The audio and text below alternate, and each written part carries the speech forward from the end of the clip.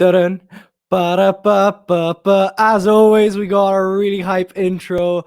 It looks like, what was it? Vinny said it was like a 90s disco up in here. So that's always really nice to start off with. But guys, welcome back to the Serie A show, Catenaccio podcast. Today is an incredible episode. We've been waiting for this for a really, really long time, and we've been really excited to do this. So we got a really special guest today. I'll introduce him last. I like someone's already writing that I look cute. Thank you. That's my mom, by the way. But yeah, so I'll go on with introducing our panel for today. First off, to my left, I'm gonna unmute him. It is our good friend Luca Hofmeister. Hey everyone, welcome back. Excited to get going and excited to have such a special guest on with us.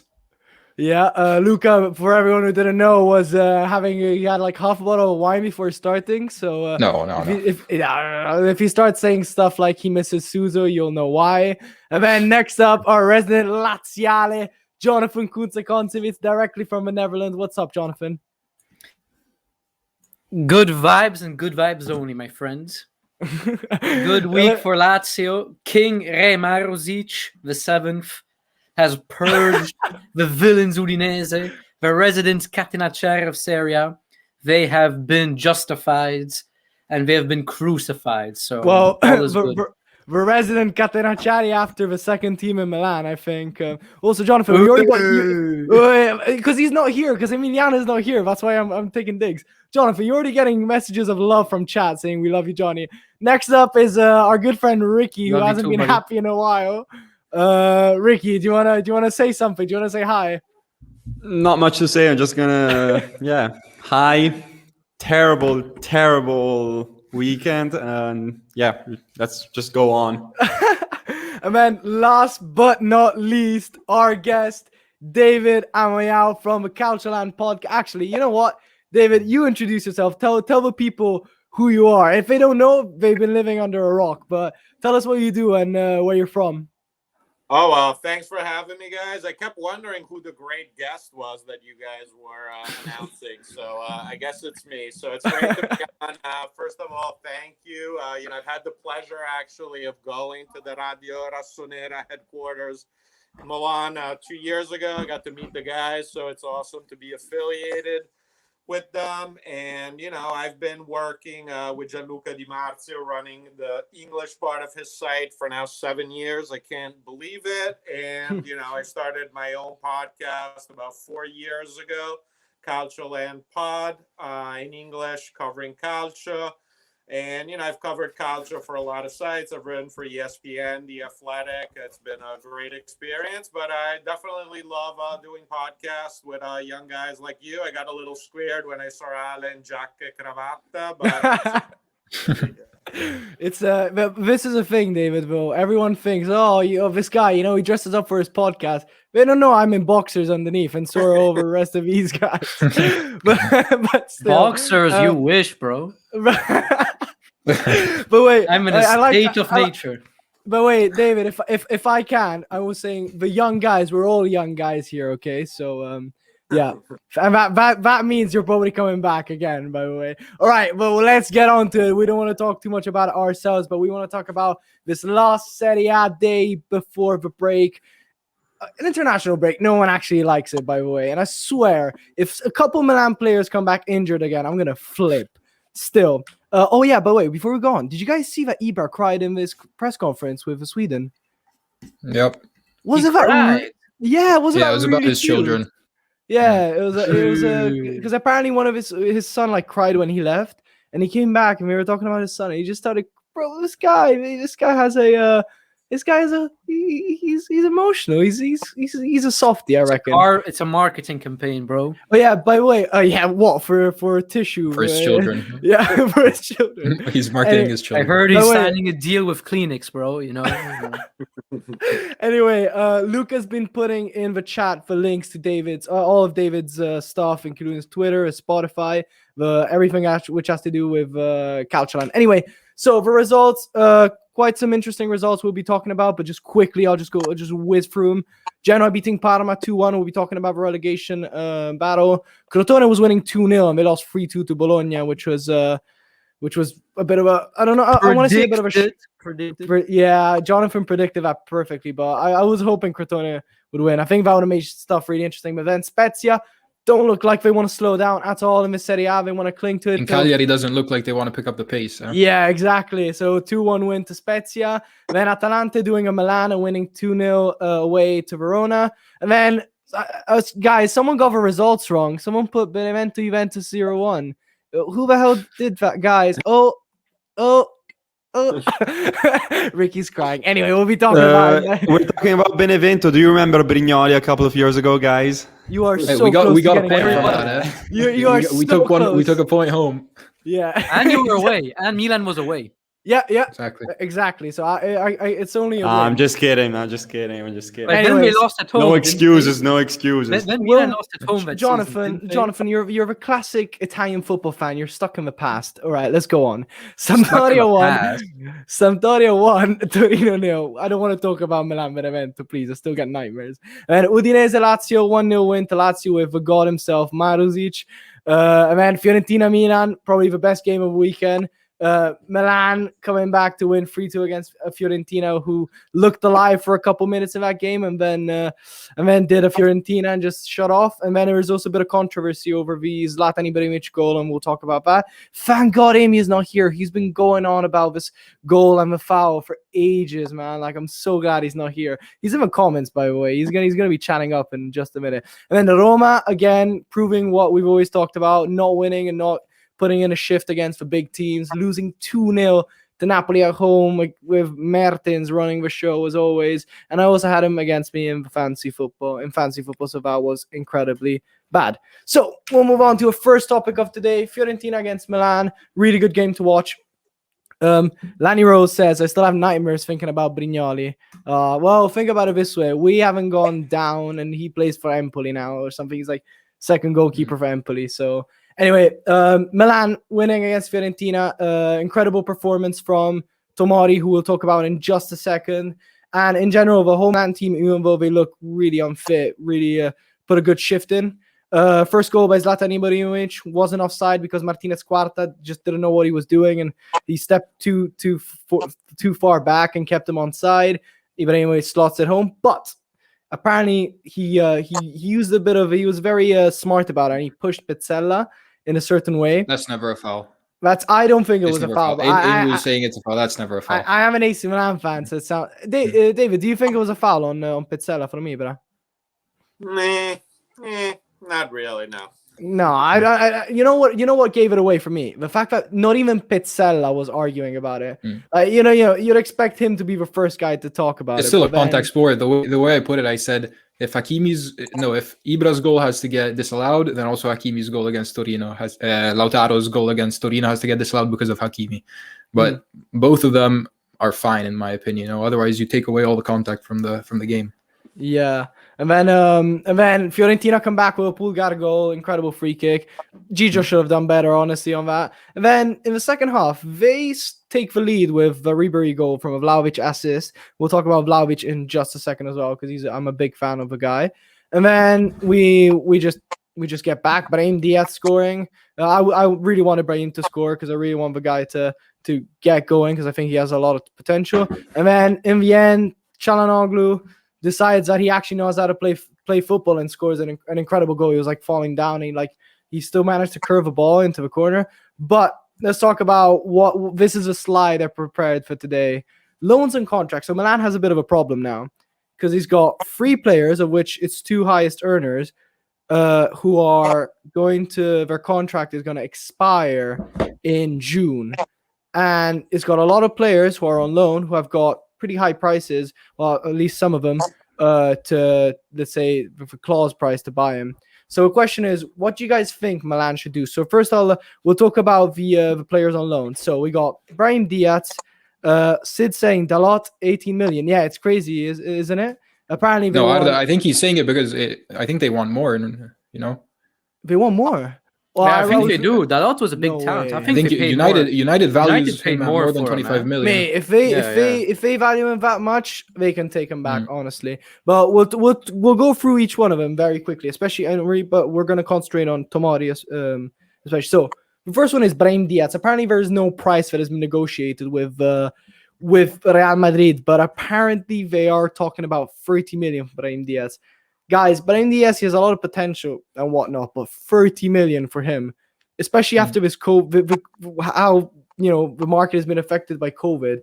30 million is too much for a player like Brahim. But I don't know, Johnny, what do you think? Is Brahim someone who could? No, Definitely not, bro. One simple reason. He is so short, but he's not good enough to validate being that short. And he doesn't use his physique well enough. Like Insigne, sure, he's very short, but he uses his physique really well. And technically he's on a different level. And because of that, I don't think Brahim can really make it. I definitely would not buy him. I really think you can spend... It's going to be a big chunk of money, and you can spend it a lot better. Okay. David, what do you think about Brahim Diaz? Because he's one of those guys, where those youngster, wonder kids that come about, and you're like, oh, this guy could, break everything. What do you think about Brahim Diaz? My thought is I would not even consider any of the other players, the other three, until I sort out Tomori. Like, to me, Tomori is much more important than Diaz, Dalot, Meite, all combined. Yeah. To me, you sort out Tomori and then you figure out the rest. What to do with the rest? To me, if you only keep Tomori and you lose the other guys, that's okay. You're still fine. We keep two out of these other guys, but we lose Tomori. That sounds awful to me. I think Tomori's price tag, look, if he keeps playing the way he is, he's kind of a bargain. This is a guy who can start for a while. He can be with Romagnoli and Kjaer. For me, it's a no-brainer. So for me, the other guys, it's like once you have Tomori on permanently, I would then maybe think of Diaz. But in my opinion, I ask myself, would Diaz, Dalot, Meite, would these guys have a role on Inter or Juve? Those are the teams that Milan wants to hang with, right? So I don't know if those guys are quite good enough. I know Tomori is, and I think Tomori can be a great long-term piece. So I would have redeemed Tomori, and then I would, to be honest, try to extend the loan for Diaz and just try to keep him back for another year on loan. I don't see him having a big role at Real Madrid, so it might be better for everyone. But so far, I don't think Diaz has shown me enough that it would spend a big transfer fee on him. Extend the loan, sure. Well, you know what the follow-up question is, and I'll ask all of you, but as David just went, I want to ask him first. But the follow-up question is, okay, let's say we get Tomori, but what does this mean also symbolically for someone like Romagnoli? So he was the captain until the other day, and the fans are starting to bicker about him. The fans are not liking his performances, and then when this guy shows up and he absolutely outclasses him and shows how well he can play with Kjaer, what does this mean as a whole? Well, yeah, I get that part, and I get Romagnoli, and I also get that Romagnoli, Donnarumma, and Ibrahimovic all have the same agent, and all their contracts are being negotiated right now, so you have to consider that. But look, Milan's almost certainly going to be in the Champions League next season. After yesterday, 95% chance they are.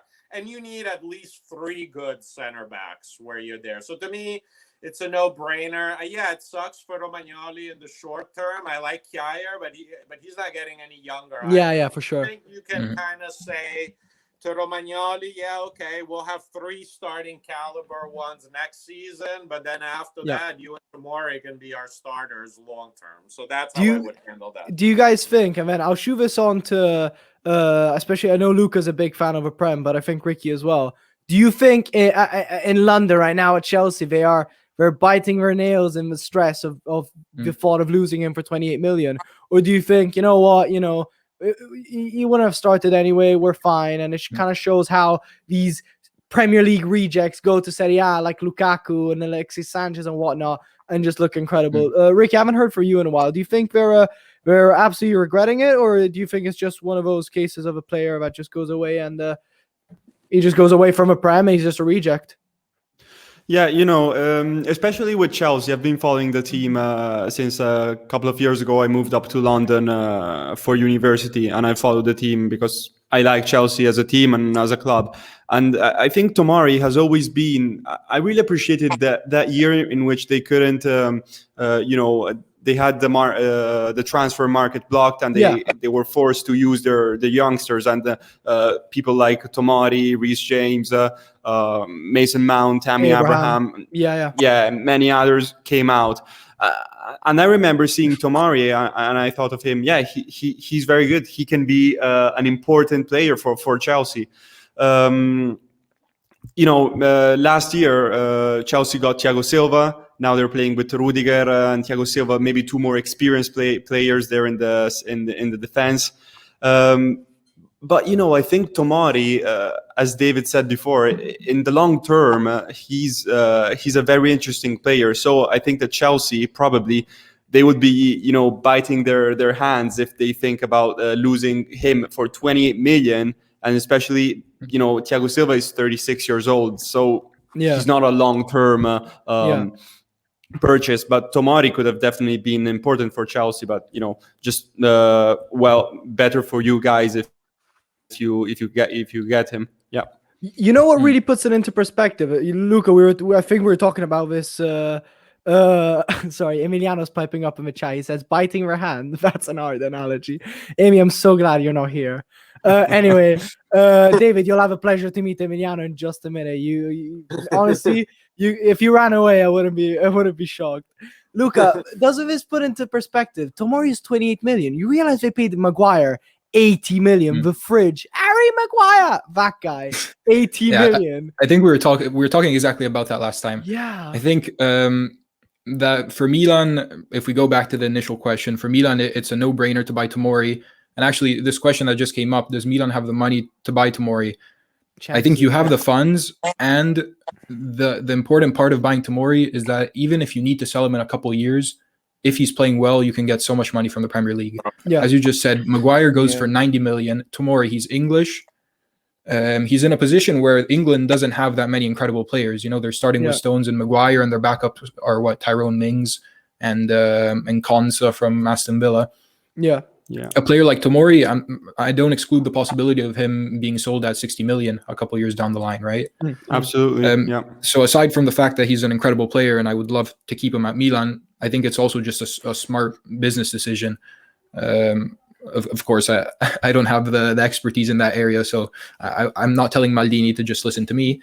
But we can all agree that 28 million, as you say in Italian, è un affare. Yeah, but for some people, you need to consider you're trying to sign these three players on new contracts. That's going to be a lot of money, man. That's bravo, Johnny, because I was just going. That's going to be a lot of money, and I really think you need to also sell Romagnoli to be able to fund Tomori and make it work. They mentioned Sid 1968 mentioned, where's the money, and I think Arda's having a. Yeah, is he in Italy or? Luca, go on with your segment. No, I guess I'll keep it going since it looks like Ale has some technical difficulties. When it comes to new contracts, I agree that first you need to take care of those because, maybe Ibra, you can think of it at a later stage. But first of all, Donnarumma is a player who has immense value to Milan, future captain, future staple of the team. So first, you need to get him locked down, put the money aside for him. Çalhanoğlu as well, definitely don't give him the 6 million that he's asking for. But he's an integral part of the squad as well. And then Ibra, in my opinion, he's one of those guys that needs to be re-signed. David, if we move over to the contracts, what would you think? Do you think that all three have to be re-signed, or can you get away with only re-signing two, maybe? Emiliano Colangelo tried to do it. Donnarumma is an absolute no-brainer. I mean, you can't lose that asset. You just can't. And look, I know Raiola and Milan kind of have an agreement that he wouldn't leave on a Bosman free transfer, that Milan would get something for him, but he's a no-brainer. I know he wasn't great on the Pulgar free kick, but this is a world-class player, and he loves Milan. And look, if he signed his contract when Mirabelli and that project was going on, Milan's clearly in a much better situation now. So he's a no-brainer. He's a great asset to have. I think he can be Milan's keeper forever, but if he isn't, you're going to make an absurd plusvalenza on him. So he's a no-brainer. I have no doubt he's resigning with Milan. I think it's just a matter of what the formula looks like, how many years. and whatnot. Maybe they do like a 1-2 year. And how deal. many brothers? I'm sorry. And how many? Sorry, brothers? David. Yeah. How many family members? Yeah, we're And gonna sign his grandfather as well. Yeah, how many? Yeah. Expensive. Yeah. Boy, But yeah. For me though, even can if you guys hear me well now? By the way. Yeah, we do. Yeah, you're all good. Yeah. So for me, no matter All right, what, fantastic. Sorry about that. I didn't mean to interrupt. Same with Ibra. I mean, I think that's going to work out. To me, Çalhanoğlu is pretty interesting because look, when he's healthy, he makes a big difference on Milan. There's no doubt about it. I know he had COVID this year, and I give a kind of a break to players that had it, and I don't think it was. I think he actually had symptoms, so I kind of give him a break. It makes his situation a little bit more interesting. I think if you can kind of bring him in at a somewhat reasonable number, you bring him back. But I think compared to the other two, maybe not as important. I do think that you can maybe find someone like Çalhanoğlu, but I'm not. I know you're not going to get someone like Ibra and Donnarumma. They're going to be able to have that impact at the short term. Yeah, I fully agree. Can I think ask Ibra a just has question? such an important presence.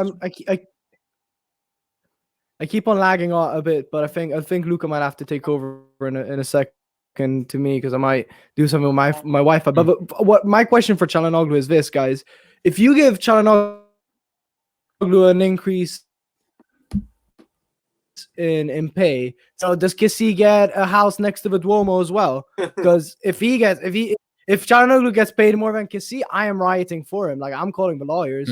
This is I the think big that's the risk. problem You're with, setting precedent. Yeah, like a big problem of personally, clubs financially, I think, is when you start increasing, like if few players are complaining for higher salaries, you give them those salaries, and then more players start complaining. That's a real big it's wage structure. It's a wage structure problem. That's why I like Lazio, who have like a limit and just nobody passes that limit, and we have like clear tiers, Right. and that's something Milan has to make sure to maintain, or if we're really on a we're going to go in a financial. I think spiral. Lazio maybe is a bit of an extreme case because I think you could argue that Lazio, their growth has been stunted by the lack to spend money, right? So yeah, but it's also a thing. We're a small club. We keep on reaching Europe. We have very little money, and we do it by being very rigid on wages. Like wages are something which really cause problems for a lot of teams. No, yeah, I still agree with you. I mean, if you give Çalhanoğlu the 6 million or whatever it is he's asking for, then why can't Teo or Kessie ask for 8 million, right? I mean, they probably deserve it more than him, and then you risk spending 50 million on wages on 5 players, and of course, Milan can't afford something like that. Fair. Okay. Ale, is your Wi-Fi doing good? Are you still able? I don't know. So I'm gonna get you to take over a second. Can you guys go on and speak a bit about Juve? I'll just do a bit of a restart here. I'll be really quick. Okay. Yep. Okay.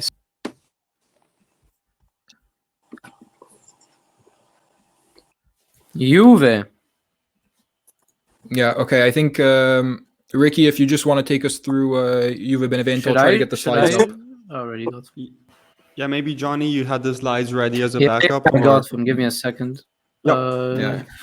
Sorry, we're not making the best impression to. Don't worry about it. Although, yeah, I can't begin to tell you how many tech issues I've had on my show, so don't worry at all. In the meantime, I can start. All right, is this working? No, we do not see. Are you sharing your screen? Yeah, I am. Sharing this tab to StreamYard. Maybe because I'm not the admin. I'm not sure. It's not working. Well, okay. I think we can just talk about Juve without the visual aids. True. Everyone knows how it went. Juve lost 1-0 to Benevento at home, something that doesn't happen very often. We have Ricky here, who's our faithful Juventino, and yeah, let's just get an opinion on what went wrong.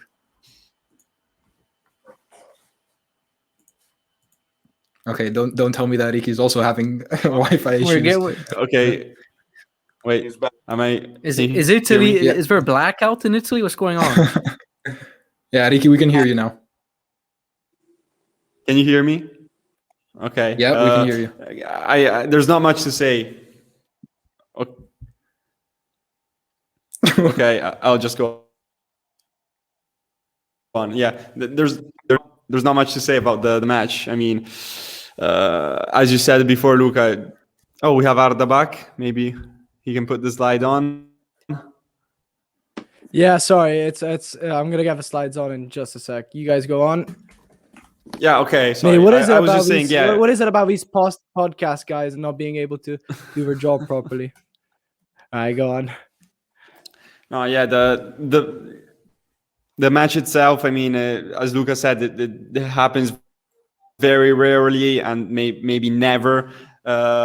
If we want to talk about the match itself, I mean, it was blocked. Benevento obviously came to Turin to play a defensive game. They were 5 at the back. They were, I mean, intelligently blocking our two Kulusevski and Chiesa, so Ronaldo couldn't find a position in between the lines. It was a hard game. It was blocked. This year, I've learned always to be scared at any game because you don't know, even with small teams that close up. We were really struggling to find the way to the goal, but I think that Benevento did not. I mean, they weren't playing great. It was all in our hands, and then obviously we just gave the ball to them and said score. It's completely more our fault than honestly, I think more our fault than merits to Benevento because they were maybe good in playing a defensive game, but they didn't do much. And yeah, I don't like to talk about referees and stuff, but I think the penalty on Chiesa was something just scandaloso. Like, there's not even argument on that. I don't know how you can't consider that with VAR and everything. I don't know what you guys think about that episode. I don't know. I feel like Chiesa is kind of a victim of his own reputation, and I think he's been great this season, by the way. I was not a Chiesa fan, and I think he's been awesome this season. But I do think his reputation with, like, diving and all, and I agree with you, and I'm the same way. I don't like to talk about referees too much, but that looked like one. But I think, it's his reputation of diving, and it almost felt like he was looking for the penalty when – had he just jumped over the guy, he probably had a clear chance. I think maybe if a player who doesn't have that reputation, they call it. But again, I'm not crazy about referee decisions, and I agree with you. But if Juve needs a referee decision to tie Benevento, I mean, they're already in big trouble for sure. So home as well, yeah. Yeah, home I think. And look, but the one thing that I will say about Juve is that it's very easy to blame Pirlo, and I don't think he's doing a good job. But I think there's much bigger problems than Pirlo. I even think, if they had a pretty good manager, I'm not saying Guardiola, but if they had a pretty good manager, I'm not sure how much better it would be. And I think in a lot of ways, everything that could have gone wrong for Pirlo kind of did. So, look, Juve's had a great run. They've won a lot of Scudetti, and it kind of feels like this year it was just coming to an end one way or the other. It's about time. End of the cycle. A decade of domination. Guys, I have a like question for you. Boring. Johnny, well, this is a question for everyone, but especially for David, who's been, obviously he's the expert here. Guys, I'm really sorry about my connection, by the way. But my question is, to what point is this year a year where we can, assess stuff? Because it's a crazy year. We said before, Çalhanoğlu, he got COVID. To what extent can we assess if whether he's an actual good player? Pirlo, it's crazy. There's no fans, and injuries can come from left to right. Dybala is basically dying. Like, to what extent, with this crazy world, with the clubs have been financially hit, there's no fans in the stadium, players keep on getting injured. To what extent is this year where you can actually make valuations about stuff? No, I think you're right. And I think Juve probably sees it this way, that unless they drop out of the top 4, I'd be surprised if Pirlo doesn't come back. I mean, it's a lot of what you're saying. Like, it's hard to evaluate anyone with what we've been through. And I know a lot of people compare to Sarri, but, Sarri had half the season under regular circumstances, and it wasn't great either. And I love Sarri. Yeah. I just didn't think it was a good fit there. And I feel like this malaise at Juve is just going to continue. And I think Juve knows that. Even say they had Simone Inzaghi right now, I'm not sure how much better it is. So to me, unless they drop out of the top 4, they are going to chalk it up. This is a crazy year, and let's give Pirlo a retiro in the summer. Let's see how he does with fans. Let's give him a chance. Now, if they drop out of the top 4, then maybe they make a change. But yeah, I agree with you. I think a lot of clubs have that mentality right now. I think, Arda, even in our case for Milan, we could say if there hadn't been that break for COVID, and would we have ever gone on that incredible run with Pioli? Would Pioli have been re-signed? Would we be in this incredible situation right now? You just don't know. I think. Sure. Do you guys agree with me in like, I think Milan wouldn't be in this situation, and I think the biggest reason why Milan is playing so well is because there's no fans. It sounds really mean by me, like saying, "Oh, Milan fans are mean," but it's true. Like I think players like Çalhanoğlu, player like Calabria, who I don't think people talk about enough, are so affected by the fans in the stadium. I think without them, and honestly, I wouldn't be shocked if they came out and said it themselves. I think without the fans, they thrive. And this kind of goes on to the UCL battle that we're going to talk about, because we're on 35 minutes. There's a couple teams that do a lot better with the fans. I think Roma is one of the teams that thrives from their incredible support. And what the hell is going on with this UCL battle, guys? Every week we look at, there's one more team where we say is risking not being there. But I think Jonathan, wow, by the way, Emiliano is saying the Ultras group is called Fossa dei Leoni. So after this, we'll be saying bye to Ricky, by the way, and Emiliano will be finally joining us, the guy we love so much. But Jonathan, Lazio, every week we say, one week we say Lazio's out completely, and then this week we can say they're back. But look at that table. Look at that table there with the points. Yeah, what do you think? What is your outlook as a Lazio fan? Okay, so I think Serie A this year has been an absolute clown fiesta. It's really weird. No team can get for consistency together except for Inter, which I think we all knew once Conte starts winning games, especially with a team this good and this deep, because they have so many options everywhere except for attack. So as long as Lukaku's healthy, they should be winning most of their games. And Juventus have an unexperienced manager. Milan had a crazy run of form. And what we find ourselves with are... as you see in the picture, 5 teams fighting for 2 spots. No, the points are the ones right and to the right. Yeah, I know. And so, as you see, the gap is pretty small, where if Juventus and Lazio both win their games in hand, then there's still only 6 points between them. So that's 2 wins or 2 losses. And Roma really got screwed over these last, dropping 6 points against Parma and Napoli.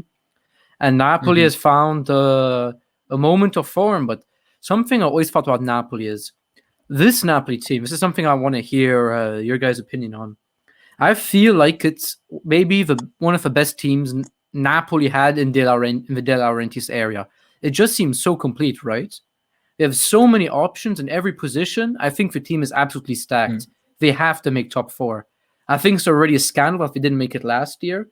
Napoli has such a good team on paper. They have so many reserves, so many options. I think they have to make it. I think the only issue that when you look at Napoli's squad, they have an incredible front 4. The defense has issues. Manolas isn't the same Manolas. But still, they have Ramani, the fullbacks. Ramani, who was pretty good last year. They paid a lot of money for him. Yeah. Manolas, they paid a lot of money for. Maksimovic, they also paid a lot of money for. On paper, they're all players who should know how to play. Koulibaly, one of the best in the league. Then, the wing backs, Di Lorenzo, still not that bad. I think he's sometimes playing the national team. I don't know. I just feel like I want to hear all of your guys' opinions. I just think Napoli is absolutely stacked. Yeah. I thought Napoli going into the season had the 3rd best squad in Serie A. I agree. Yeah, after Juve and Inter. To me, I think Inter and Juve just have a little bit more, and it has to do with Osimhen. I'd say that's kind of the difference. Like Juve has Ronaldo, Dybala, Chiesa. Inter has Lukaku, Lautaro. Napoli has Osimhen. And look, Lozano's been great this season. He was a huge bust last year. I'm not the biggest Insigne fan, but he's been good this year. So, yeah, I agree. Talent-wise, they're excellent. And look, right now they have the 3rd best defense in Serie A. They've only given up 29 goals. Like Koulibaly maybe isn't the player he was 2 years ago, but still really good. I think, the only real weaknesses that I see on Napoli is like left back. Goalkeeper position's a little bit unsettled. And I think Gatuza, now that he has kind of his squad back, is doing better. Now, yeah, obviously I'd rather have Gattuso than Pirlo, no questions asked. But, once we start comparing him to, Conte, I don't know, Pioli seems about same for me. But look, Gattuso, we know he's not going to be the most exciting manager, but in the big games, he does come through. I mean, he did beat Roma, so, and beat us as well. Yeah, for sure. David, I have a question for you since, you're the expert here, you're the journalist. So what is Gattuso's future looking like? I don't know. I don't think he'll be back at Napoli, even if they make the Champions League. I don't know. It seems like him and De Laurentiis, he had that contract extension up in the air. I don't know. I could see Gatuza at Fiorentina. I really could. And I think he'd actually be a nice fit there with a Comiso. I actually think on that type of team, he'd be great.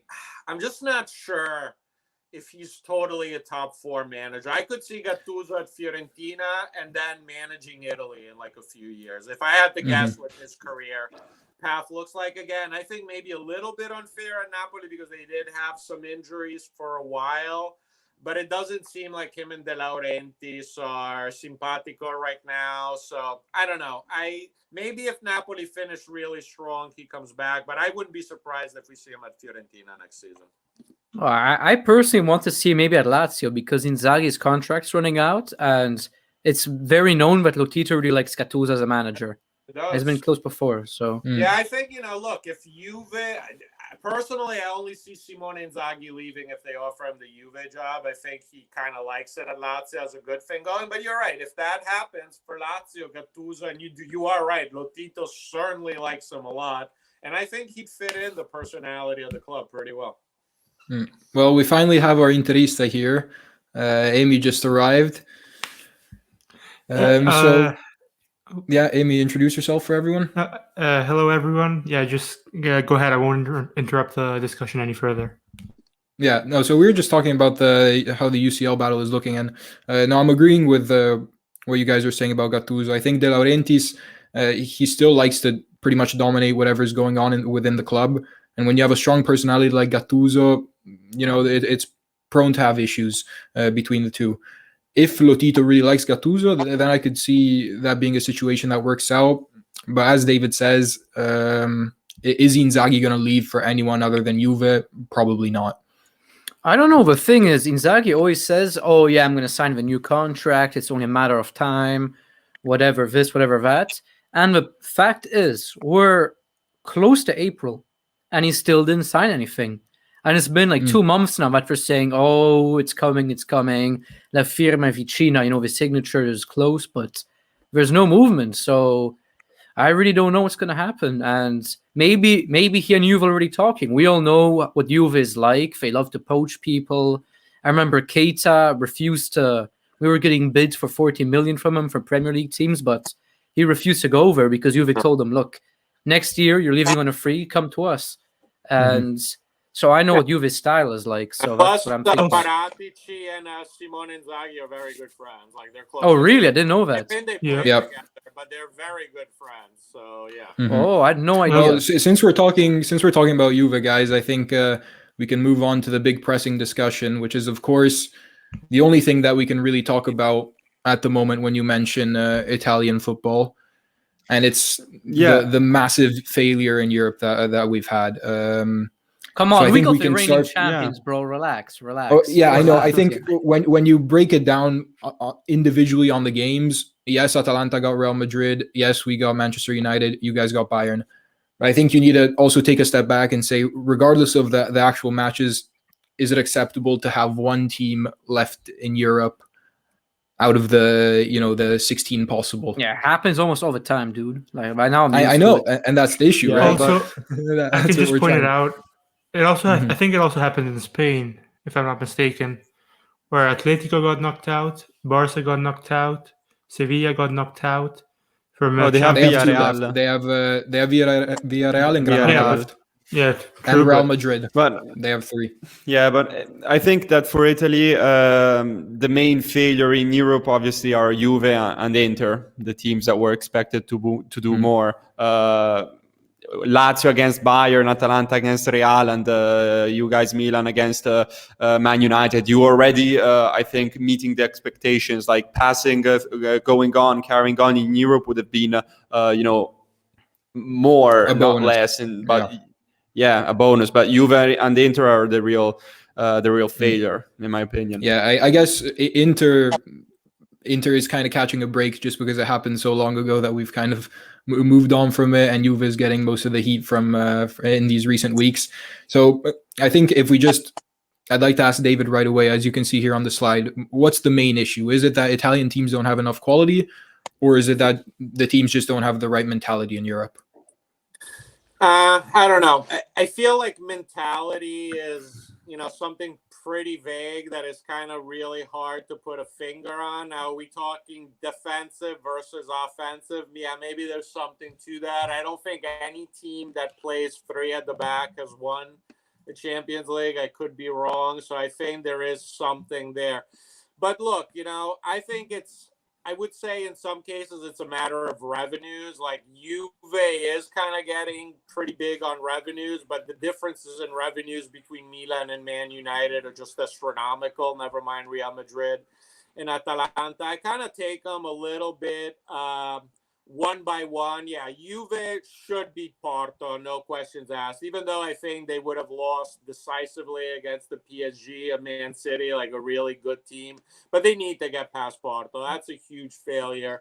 To me, Lazio and Atalanta are playing with house money. When the draw came out, I didn't even think Lazio would necessarily get out of the group. I actually think they carried themselves well. And look, I think any Italian team would have gotten their asses handed to them by Bayern. So there's that. And Atalanta, look, they're a great story. I think any team in the world.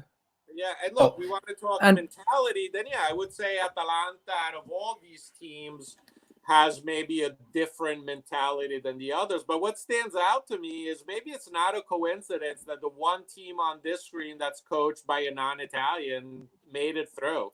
Maybe that's a coincidence. I wanted to say that. Not, but I think there is something to it, especially in the Europa League. To me, it feels like the attitude of a lot of Serie A teams. It's like, okay, let's qualify so we can get some revenues. Let's compete so we finish here so you can also sell it to the fans. But then the minute you get there, you have no interest whatsoever, especially Napoli, who I don't even know how they got out of their group because they didn't care at all, but they somehow got out of their group. So in that Their sense, team is just too stacked. Mentality. It's like you're going to fight to get into Europe, and then when you get into Europe, you'll be like, well, we don't care because we got to finish top 4 this season. So yeah, that mentality isn't great there. But I do think, it's an issue of revenues, and I do think at times it's a little bit of a crapshoot. Like, look, Atalanta, if they don't get that red card in the first leg against Real Madrid, do they maybe get through? Maybe. So, yeah, I think, though, there is something to the fact that the one team that has a non-Italian manager are still playing. I think also when you look at Roma, the example you made, Roma's been having a crisis essentially in Serie A when it comes to big matches. They haven't got a single win. We just saw this weekend. I personally expected them to end that streak. They didn't. They lost to Napoli again. But then when it comes to Europa League, where you're playing big matches, Shakhtar is a team that got 3rd place in a group above Inter, and Roma beats them over 2 legs. They beat them 3-0 at home, 1-2 away from home, and yeah, it shows that it's possible that the team just gives a greater priority to an European game, but it doesn't seem like all the other teams are. Yeah, Johnny, what's up? I'm sorry, finish your phrase. I thought you were done. No, that's it. Go ahead. I wanted to highlight something in chat, which I'm gonna butcher his name, but Neomatic Duke said, which is, in my opinion, one of the biggest problems in Serie A is literally the only big team who actually owns their own stadium is Juventus. All of the rest are owned by the cities, or the municipality. I'm not really sure, but this brings so much revenue, and you can just look at the teams, like overall English teams and even often Spanish teams. Well, not Spanish teams are really, but mainly English teams. all of our squads are so much more complete compared to Italian teams. You know, and so in Europa League, it's a lot easier for them to rotate players and still look good while focusing on their own league. And that's a benefit Italian teams don't really have, in my opinion. Absolutely. Yeah, when it comes to Milan, if you just look at Ricky, you can go ahead. I also wanted to mention the aspect of quality, because I think that especially in the UCL, the 3 teams that went out, it was also thanks to serious problems related to quality. Juve, for example, against Porto, we basically went out because we just gave Porto like Bentancur, and then also when the second half started and we just weren't on the pitch. Same thing in the second leg with Demiral giving that penalty, which is such a mistake that you wouldn't expect from a defender with quality that plays an important match on that stage, on that level. So I think also quality is an issue that we have to consider. John, you remember Musacchio, then maybe that wasn't only the main thing that you went out with Bayern, but also Atalanta struggled a bit. Goals in the 4-1 win were individual mistakes from our players. Keep that. It would have been 1-1. Exactly. That's my point. You know, these are pipe mentali, which is basically Italian for, I'm going to say, mental masturbation. So, you know, kind of bullshit. But essentially, 3 of the 4 goals we conceded that game were individual mistakes. You know, we have players also who Milan. are not. We made a mistake at the back, and I think also if we're talking about quality, when you look at Milan and you see that over 2 legs, I think we played very, very well. Yeah, you played better when Manchester United could sub on a world champion who was paid over 100 million, then there is also a point to be made about the quality, because we're bringing on Hauge. Well, no, Hauge actually, he's not even in the Europa League squad, but you know what I mean. We're bringing on subpar players, while United is bringing on incredible players. But that all goes back to the revenue, that we just don't have enough money to build squads like the Premier League teams do. If I can say one last thing, then I'm gonna leave the place to Amy. You know that David mentioned it before, the fact that how Juve is really a failure this year, especially in Champions, because he said correctly, against Porto, we definitely have to go through. Then I'm convinced that, I also said it in the past episode, that again this year against teams like Bayern or PSG, we would lose. And this connects to my perspective on Pirlo. When he joined, an experienced manager, I didn't expect of him to arrive and win the Serie A, arrive in the final of the Champions League. But at least I expected him to win a match like Porto, and then if we went out against PSG or Bayern, I would have accepted it, because Pirlo is not an experienced manager. And then at least in the Serie A, arrive until the last matches competing for the title. And so I think that the moment it's a critical situation. We're in a critical situation. We have the Coppa Italia final. I think that will, at this point, that is a key thing that will determine the success of the season, because if we lose the Coppa Italia final, we conclude the season with just the Supercoppa, and the Serie A is uncertain at this point. I obviously think top 4 for a team like Juve, I hope it's not even a question. It's a must. Yeah, top 4 is and the Coppa Italia to save. And the Coppa Italia to, let's say, save the season for what can be saved, because this also because this past Supercoppa is thanks to the results of last season, right? Because it's not, you only got to the Supercoppa because you won Coppa Italia last season. So in reality, it's not. No, we won one game this season. Coppa Italia was Napoli last season. Rick, you have to watch out for winning the league. Sorry, Atalanta's going to be out for blood. They still didn't win a trophy during their best cycle. And Gasperini's still mad. He lost the final to Lazio. He still always hates on us in his interviews. So he's going to come out for blood. Actually, guys, that's why. really ruin Juve's season because they can beat them in the Coppa Italia, and when they beat them when they go head to head, Juve that puts them in a tough spot for top 4. Yeah. But at least Gasperini doesn't hate Juve, so let's see what happens there. But yeah, I think that's so interesting. Juve and Atalanta on a collision course to end the season. I don't know if you pointed it out earlier in the episode, but if Juve loses the game against Napoli, the head-to-head game, they're tied for 4th place. So if they drop a single point, they're 5th. Like they drop out of top 4, because I think Napoli's would be 2 points ahead or something like that. If I'm also Napoli would be 1 point Napoli. ahead. 1 point ahead if they win. So Juve would be tied for 3rd place, which would be absolutely horrendous in my opinion.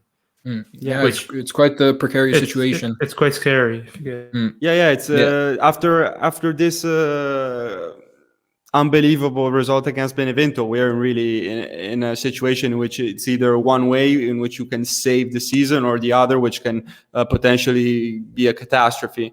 So, I mean, and the thing that makes me mad, because we lost now that there is the Pausa Nazionale, and also against Fiorentina when we lost 3-0, it was before the break of Christmas. So I don't know if that's positive or negative, but as a fan, not being able to react immediately, I guess we'll see. Yeah, sorry if I interrupt you guys, but we only have about 4 or 5 minutes left of David. So if we could just move on to the start bench sell so we can get his opinion on that. We have a quick segment. Arda, I don't know if you can still hear us. Yeah, if you could just move over to that slide. Just a little game we have prepared, which is about 6 of the best defenders in the league. Well, based on form and also based on just general value. You can see our picks here. We decided to go with starting pairs, so just to choose 2 who you have to start, 2 who you have to bench, of course, and then 2 who you have to sell. If you want to consider the financial aspect, you can go ahead and do that as well. But yeah, I guess I'll just pass it to you. Who would you be starting out of those 6? Okay. So we have the players are Koulibaly. Is that the list? Koulibaly, De Vrij, Romero, De Ligt, Kier, and Acerbi. Okay. So to me, De Ligt has to be a starter. I just think he's amazing, and I'm gonna go this season. Who's the Inter one? De Vrij. De Vrij, yes. Yep. Come on, Acerbi. I'm gonna go with Koulibaly just because I think they would make more sense as a duo. But I like all the defenders mentioned for sure. And then the others, I see Acerbi, Kier, and Romero's one of them. Is that correct? Yep. Acerbi, Romero, Kier, and De Vrij left over. Okay. So I really like Romero, and I didn't so much going into the season. I actually think Romero is the player that Juve fans, when they talk about Demiral, I'm like, no, actually, it sounds like you're talking about Romero to me. But I'm going to go De Vrij. And so is bench better than selling him? Am I saying that I want him on the squad? Yes. It means you want them on the squad, but I guess you can consider the financial aspect. If you can sell someone, if you sell Kier, you're not going to get a lot of money for him. I'm gonna keep Kier. I love Acerbi, but at his age, he's not getting a huge. So those are my 2, and then I'm gonna sell De Vrij. I mean, I like De Vrij. I thought last season he was the best center back in all of Serie A. And who's the last one? I believe Romero. Acerbi sell. I think I can turn a big profit on him after a big season. On Romero. Yeah. Okay, so guys, very impressed with him. Yeah, Romero's been incredible this season. After a bit shaky at Genoa at the start last season, closed the season off well, and now really proving himself. But I wonder. So yeah, we can. He's perfect for Gasperini. I'm not sure if that translates somewhere else, but I'll tell you right now, if I was Juve and I have to pick between Demiral and Romero, it's an easy choice. Romero all the way. 100%, yeah. I've always said it. Yeah, I guess it's just that usual issue with Atalanta players. You never know how their form's going to translate when they leave Bergamo. Look at Cassie now, though, so... Look at Cassie now, yep. Cassie, even Cristante has been pretty good at Roma. So, yeah, I hear you. In general, you have to be careful. But I think Romero with that aggressive style is just perfect for Gasperini. Yeah, totally agree. Okay, well, David, I think that's it for today. Wow. If you want, we can let you go. It's been about an hour. Awesome. Well, thank you guys. I had a blast. I hope you guys invite me again. I had a blast. I look forward to watching your shows on Monday now, so you'll have me as a watcher and someone who sends questions. And thanks so much for having me. All the best. I love Radio Rossonera, so glad you guys do a great job. I'm glad to see Radio Rossonera has such a great group of guys, different teams. So I like it. All the best, guys. Thank you so much. Thank you very much. Pleasure Thanks having so you much, on. David. And, yeah, we hope to Much have you back. appreciated. Take care, guys. A real pleasure. Ciao. You Ciao, too. David. Bye-bye. Okay, well, yeah, that was David. What a pleasure to have him on. We have to apologize, of course, for the technical difficulties we've had throughout the stream. Without our host, Arda, it's a bit tougher. We hope that any fans who David brought over can understand that. We're yeah, missing I don't know. Arda's banter, Arda's incredible jokes, and Arda's internet is being crucified justly. Boys, It's the being funny thing is, excommunicated. I've been in the background this whole time listening to the whole thing and like directing it from behind. So when you I saw see you the, popping in and out. wait, can you guys? It's lagging, isn't it? Yeah, the connection still isn't great. Bye. I'll just direct it from back here. You guys. Okay, guys. So what are we missing? I'd say let's move back to the table. Arda, if you can hear us, go back to the table. I guess we can close. We off some discussed of a the lot of discussion. table already, didn't we? But sure. Just a quick round of what I usually I think do. just general, just so we can close off any discussions we were having, because we were a bit restricted with time trying to get things done with David. But yeah, Amy, if you just want to run us through real quick. Yeah, so of course, first place, there was no game this week because of various reasons. In the end, our players did go on the national break. So I saw pictures of Brozovic with the Croatian national team. Their players, of course, with their respective nationalities. So the complaint But there aren't they isolating in their countries? Because I heard today that they gave the possibility, for example, Lukaku to go to Belgium, but he had to isolate there, or they're already joining with the other members of the national team. I saw some pictures of Brozo already in practice. I don't know if he was with the whole group or if he was in his own group, let's say, but he was in Croatia training. Yeah. So of course, yeah, we're still first, and then 6 points behind is Milan at 59. Juve, yeah, still of course the game in hand with Napoli, which seems to never gonna happen. I saw today from the third giornata.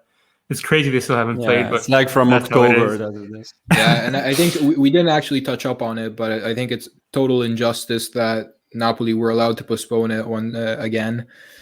I think they were. That was on mutual agreement by both clubs. It was on mutual agreement, but you don't consider all the other teams who, I think Roma lodged an official complaint that Napoli would have had to play us, then Juve, and then Roma in in a week, and they complained about that. Personally, I think you have no reason to complain just because you're facing three hard opponents. You're pretty much just saying, if I had been playing worse opponents, I wouldn't have asked for a postponement. It's not. It kind of sets a precedent, and it's not ideal. But yeah, I think April 7th we'll finally get the game over with, and then we can take away that damned asterisk from Juve and Napoli. Of course. So then it's in fourth place, Atalanta tied with Juventus. Napoli with 53 points in fifth place. Roma with 50. Of course, we all know how much they struggle with the teams above them and even one below them. So I think hey, we have a game in hand. We win that, and we're climbing up. We're climbing up. Against getting Torino, up there, right? boys. Torino. Yeah, Torino. Come on, we'll win that easy. Torino's, we're like a point dispenser, so don't worry about it. Just Everybody put in the thought right. that, and they beat Sassuolo last week, yeah? Yeah, Sassuolo's terrible, bro. Torino's picking up form. Yeah, fair enough. Torino or like Udinese, a bunch of Catenaccio ready to get justified, ready to get disciplined. Morici, the just store is coming.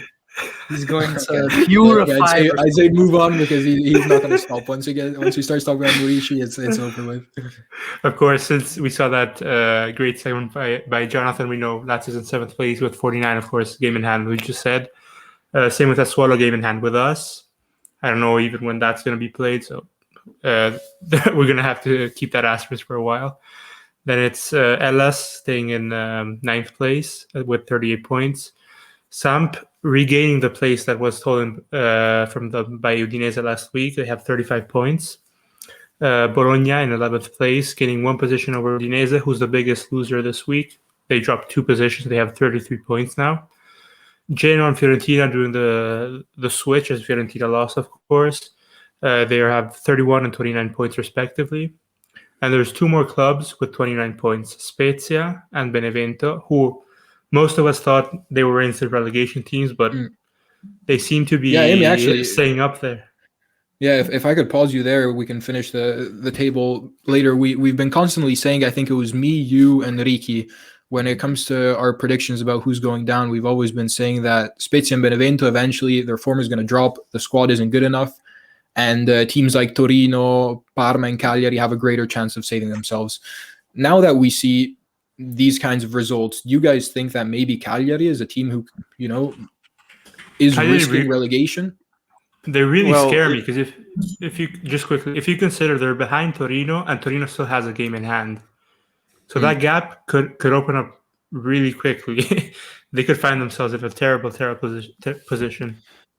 Yeah, I just wanted to say that now the gap is getting quite serious, and Cagliari and Torino, they're risking potentially, but I think that Spezia probably not, but Benevento, against us, it was their 2nd win in 2021. They won a match in January 2021, and then they were having hard times.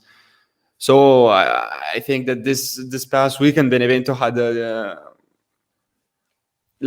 not going in a if we look at the whole 2021 these couple of months, they're not in a great form, so maybe they are still in trouble, but I don't know. We'll see. Maybe this result will give them the right boost, momentum to carry on like this. But overall, they weren't playing well or having a good results.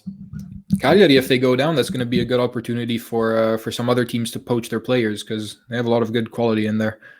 But they have a fantastic number 9 called Simeone. I heard he's the next big thing. Yeah, Amy, unfortunately, your face is covered up by the question we have up here because we want to answer that real quick. From Patrick Bateman, thanks for sending in your question. A bit early to tell, but what's going to happen? AC Milan, Donnarumma, Akan, and Juventus Dybala. So we touched up on Donnarumma and Akan. Of course, we don't have any insider information, unfortunately. Donnarumma, as David also said, is a massive asset for Milan. He's one of those players that you can't exclude him going for 100 million in a couple of years. Alisson was sold for 80. So Milan has to secure him, lock him down. On the other hand, Çalhanoğlu, Amy, I'll then pass it to you because I know that you're not a huge lover of Çalhanoğlu. He's asking for a lot of money. He's on 2.5 million currently. He is an important part of the squad, but you can argue that he can be replaced. What do you think? I've always said this, and I think Arda always calls me out on it because he says I hate every Milan player. But no, I think Çalhanoğlu is absolutely replaceable. I think he's a mediocre player who had 6 good months. I thinks he's the second coming of Ozil, let's say. I don't think he deserves whatever he's asking for. If you keep him on the salary he's at now, sure, there's no negative there. But if you give him 6, 7, maybe even 8 million, that's a dangerous it's ridiculous way to go. Yeah, very dangerous. Also, for the thing we were talking about earlier, you screw up the whole wage structure, and then you risk every player demanding that kind of money.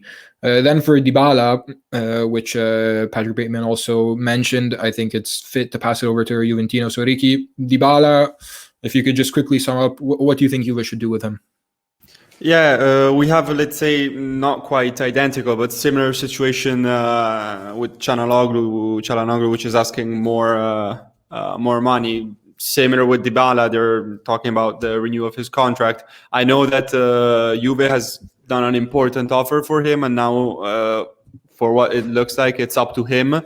Juve have done some steps towards him, and now it's his choice.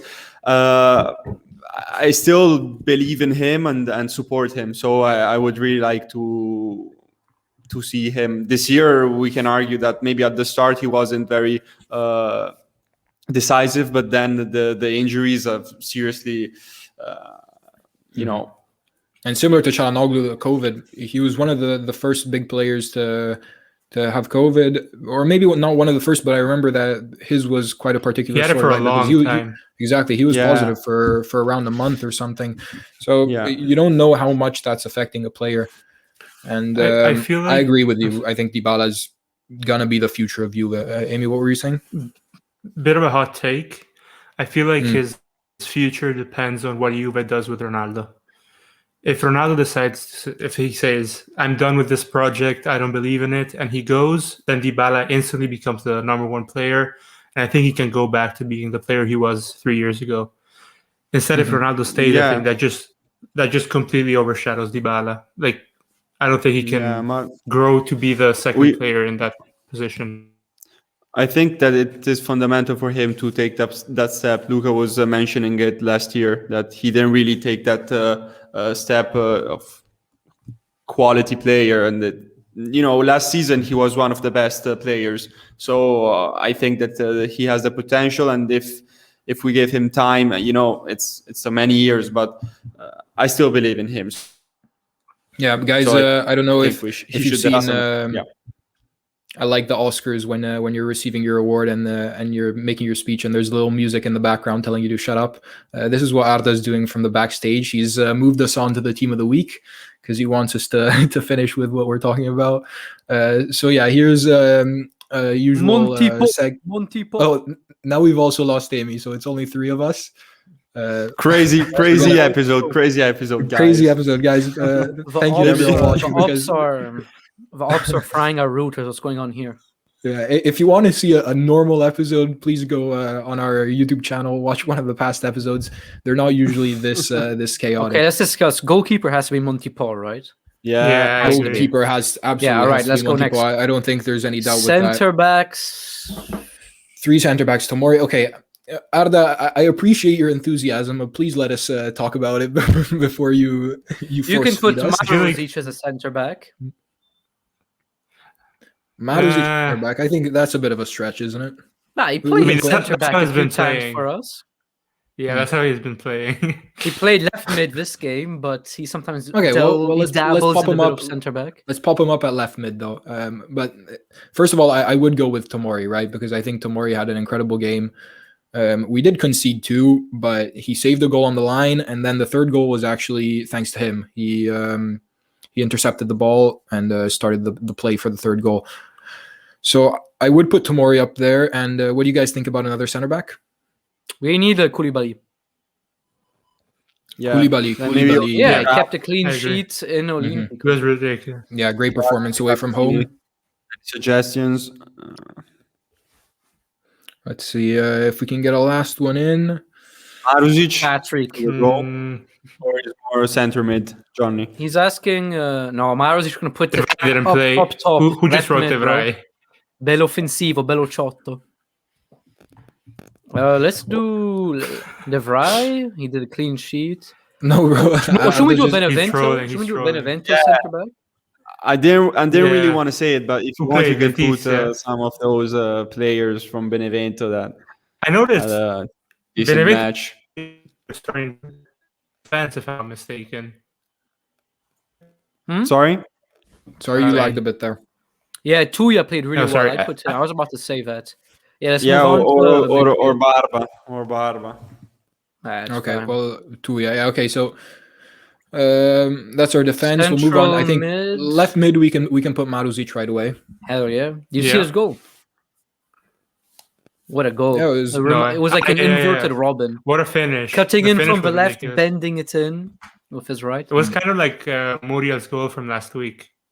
Yeah, bro, he's been scoring. Maruzic doesn't score often, but when he does, it's a banger. I don't know. Yeah, against Atalanta, it was an incredible goal. Yeah, did you see it? It was Yeah, similar to a bit Atalanta maybe because goal. Golini had a bit of sun in his eyes, but we can ignore that. He even had a cap And- on. Come on. Charanoglu. Yeah, Çalhanoğlu, Çalhanoğlu's goal Yeah. was so sick. It was so sick. No, Arda, I don't think we'll put Kessie. That was Kessie is always in there. Milan starting 11. Yeah, exactly. We Search? please ignore the ghost typing.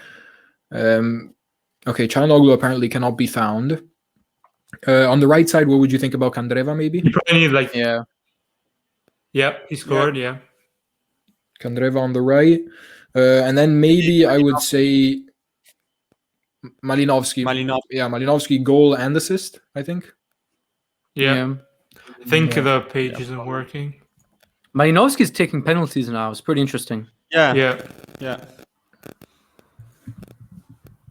Okay. Wait. Arda, if you could put in Malinovsky and then the blank spot, we'll just if everyone can just imagine Çalhanoğlu in there. Then the attackers, I think there's Remove one very clear Hakan. one that we have to put in. Mertens. There we There go. he Oh, is. there we Okay. go. Mertens, of course, is the clear player to put in That there. player is so weird. Like in many games, he's either like the best player on the pitch or he's just useless and terrible. I don't get him, man. He's even for Belgium, such a weird player. Palacio, Yeah. Arda says. From Palacio, the- I was about to mention Palacio. He didn't stage. get on the score sheet, but he set up the first goal for Sumaro, a couple lucky bounces, and overall had a great performance. Bologna comes back from a 2-0 deficit to win, so I'd pop Palacio in there. And Anybody, then Ribéry, I don't think he had such a great game. I think Ribéry scored, but I don't think he We showed. could put Gaich, but it was more for defensive. Yeah, I think Gaich we get. No, This is. I mean, with all respect, But we're but, like, forgetting he gave someone, him the goal. Scamacca. Yeah, Guys, true. Scamacca scored 2 goals in a He relegation. scored. He Man, scored I two, watched this game live because I have a friend who's a big Genoa fan. Hype game. Okay, well, Pelé this is scoring a our team of the week. bicycle kick, and then Scamacca scoring from his own house. Man, what a game! Yeah, but Pelé, that was a beautiful And goal. Pelé for the goal. Only special mention No, for the screw goal. him. Special I- mention. I'm against him in Yeah, Fantacalcio, so I don't want to see his face anymore. The bastard is richer than I can ever dream to be, has a hotter girlfriend than I can ever dream to have, and scores against me in Fantacalcio. No, I don't want anything to do with him anymore. That he made you get past us in the Euros. Surely you have to be grateful towards him. Oh, that's only a little bit of a divine retribution, but there's a lot left for a bastard like him. Oh my god! Pretty Okay, bad so- team, though. Yeah, that's not one of our best team of the weeks. Just to recap, game week 28, we have Montipo, Tomori, Koulibaly, Tuya, Çalhanoğlu, Malinovsky, Candreva, Maruzic, Palacio, Mertens, Scamacca. This team would get relegated. No, it has Maros each on the pitch. I think they do pretty well. Champions League. This team would 100% get relegated. We have Adam 77, bro. Don't worry about it. Okay, guys. Well, then I think we can move on to our last segment of the day, which, as always, is predictions.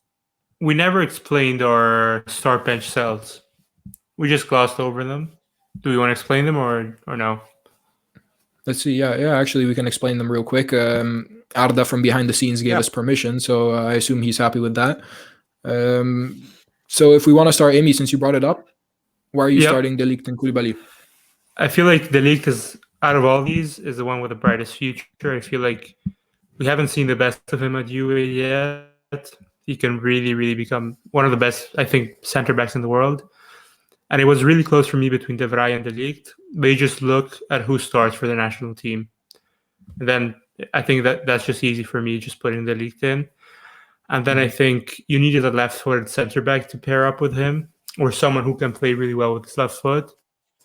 And between Acerbi and Koulibaly, it's not really close. So that's why that's my. Oh, Amy, actually, going back to what you were saying about starting for the Netherlands, do you know if Van Dijk will be back in time for the Euros, or will we see a Serie A backline for the Netherlands with the He is projected to come back, but I don't know if Liverpool wants to risk him. Of course, it all depends I don't know. I how think it goes also there, depends so- on him personally, right? I think Yeah. for I- a I lot of think he players, they started- prioritize their national team. Yeah, in this month he started. He went back to training. I mean, not full, but he started moving again. Rehab. I saw some, rehab. Saw some videos of him, and I mean, So yeah, step by I step. offer my solidarity to Van Dijk. I personally suffered a knee injury, which ended my career early. So for those who don't know me in the chat, I had 95 potential on FIFA 13. No, okay, we'll move on because we're running out of time. I'll stop bullshitting. Okay, fair enough. Oh, Arda, please go back to start bench cell. We're just gonna run through our. So Amy, okay, I'll just end it up for you. You sell Romero and Kier. Let's see who put something interesting up. Johnny, I'm not even really gonna ask you to comment on Acerbi starting because I know that's just you being a stupid laziale. So Ricky, I'll ask you to comment. You have the two Dutchmen starting. Yeah, I mean, the league. Amy said it all. Not much to add. I'm more curious to hear about from you, Luke and Johnny, why you didn't put him up there. And then, De Vrij, I think they're at the moment the two best defenders in Serie A, hands down. De Vrij is even better than Koulibaly at the moment. And basically put the back line of Holland's national team at the moment. And not much to say. I think they're great players. Yeah, actually, now that I think about it, De Ligt, Okay. I absolutely love him. I think just since he hasn't really been playing consistently, I think Koulibaly, I'm a huge fan. I've always loved him. I think he is the best defender in the league, and that's why I put him starting. And then I think if we're basing it on form, Inter's defense has been absolutely outstanding, and that's why I wanted to represent them with De Vrij. And I'm going to defend my choice right now. Listen to this. De Vrij has looked amazing with, how can I put this nicely? With imbeciles, with sinners on his side, like Bastos and Wallace and whoever else we had during those dark days. Now Acerbi has Hoot, Patrick, Musacchio on the side. Like, these guys are playing with the biggest sinners, people who really need to get, I don't know, they need to get exercise. Like Lazio, when they leave, we still need to exercise the locker room to get their energy of pipaness, of being the Sege they are out of a club, because out of the air. They're surrounded by such bad players and they still look good. So I need to start them. Okay. Well, actually, mentioning Acerbi, I think hopefully our listeners are interested. Either this week or next week, we'll have a special podcast for the national break. So for Italy's game, we'll probably review the game, and then we'll go on to build a tier list of all the potential players Italy could call up for the Euros and try to narrow it down to our final 23. And we'll be talking about Acerbi, whether he could actually get a starting spot in the squad, and of course the rest of the team. So now we can finally move on to our predictions. I know Arda is itching for us to end off the show. So you guys know how it works. We predict our scores: 3 points for an exact result, 1 point for guessing the correct winner, and 0 points for getting nothing right. So Arda, if you can move on. For once, I'm not scared of seeing this page. It's the first Exactly. time in months. Amy has an incredible week, 11 points. The record is currently 14, set by yours truly. And but yeah, Amy has 11 points without Inter having played yet. So a perfect score in Inter Sassuolo, and he ties the record, which he actually predicted 3-2. So we'll see. Kind of tough. John, kind of tough. I don't know if Inter concedes 2 goals at home. Johnny gets 7 points, so he was the second best this week. Ricky and I have 3, so actually terrible week for us. If I can quote someone, I can quote someone. I prefer not to speak. If I speak, I'm in big trouble. Thank you. Okay, we have Ricky doing his best Mourinho impression, one of our favorite quotes. And then finally Arda, he's not here, so we can insult him to his face because he's had once again one of his shocking weeks at predictions. We don't even know why we still have him on this podcast. Please actually let us know, do you want him kicked out permanently? Since it's been working out quite okay. We'll just move on to the standings so we can close off the podcast. Arda, if you could please move to the standings. I think he might be offended. He might be right. He's crying. Okay, so as you can see here, I'm first with 125. Johnny has 116, Amy 111, and Arda and Sampi are tied with 98. So, guys, it was a Catenaccio without Luca. Okay, Arda is offended. He doesn't want me on the podcast anymore. And guys, to whoever's still listening, we really appreciate you listening today. We appreciate your support. I saw we had a good amount of people watching. When David was here, we had around 19. We apologize, of course, for the technical difficulties. We've just started here. We can't, unfortunately, the Wi-Fi in Italy sometimes isn't very reliable, but I'll stop talking. It was great to have David on, and I'll say goodbye to everyone here. So, Johnny, could you please say goodbye? Goodbye, guys. Forza Lazio. Remember to pray to God Marozic every night. Ask him for a good day and a good night's sleep. And we're gonna get top 4. Remember. Oh, that's a bold prediction. We're gonna crucify all the sinners. Atalanta, the sin of doping, the sin of greed. Then you have Napoli. Wait, what sin is Napoli? Let me think about it. The sin of lust. I would stop there.